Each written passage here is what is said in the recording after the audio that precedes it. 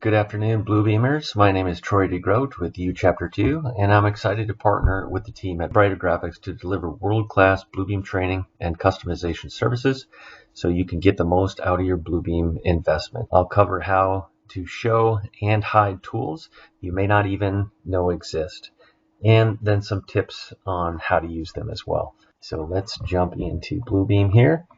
And so what you're seeing here is the Bluebeam interface. Obviously, I have turned off in my profile all of the tools and all of that, just so we can focus on the panels over here. So in Bluebeam Revu, you'll notice on the side, depending on which profile you're in, I am in the Revu Advanced, but I've modified my profile for this presentation, turned a bunch of stuff off, and actually put all of my tools panels on the left side here. When you open Bluebeam, you might see some of these tools on the left. You might see them over here on the right.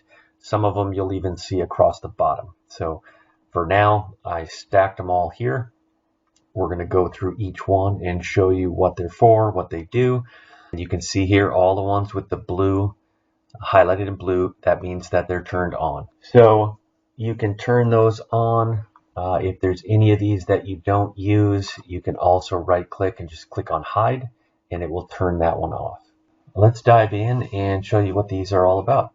The next one down is our sets. For that one, I'm going to go over to my sets here. In Bluebeam, I always like to recommend for most cases to export multi-page documents into single documents and then build a set, what Bluebeam calls a set. That's our sets tab. When you pull all of those individual sheets into a set, it will actually organize them by discipline. It recognizes the S in front of all those sheets and puts it in a structural category and architectural and so on. And the beauty of sets is that we can slip sheet in revisions as we go. So we always have the most current set.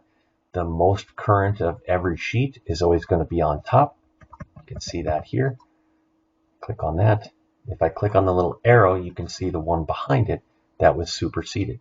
When I do my slip sheet with the extreme version, it's going to stamp the old one superseded and pull all of my markups forward to the most current drawing for me. So lots of great document management features in there to eliminate confusion, get everybody on the same page, so that people aren't creating their own versions of a multi-page document, and pretty soon you don't know who's looking at what version. So I always recommend sets for that. Thanks for joining us. I hope you guys took notes and enjoyed the detailed introduction to Revu's tool panels. Reach out to Darren and his team at Brighter Graphics to learn more about additional licenses of Revu Extreme or the small investment of upgrading your existing seats. And as always, if you have any questions regarding training or customization services for your company, don't hesitate to reach out to our team as well.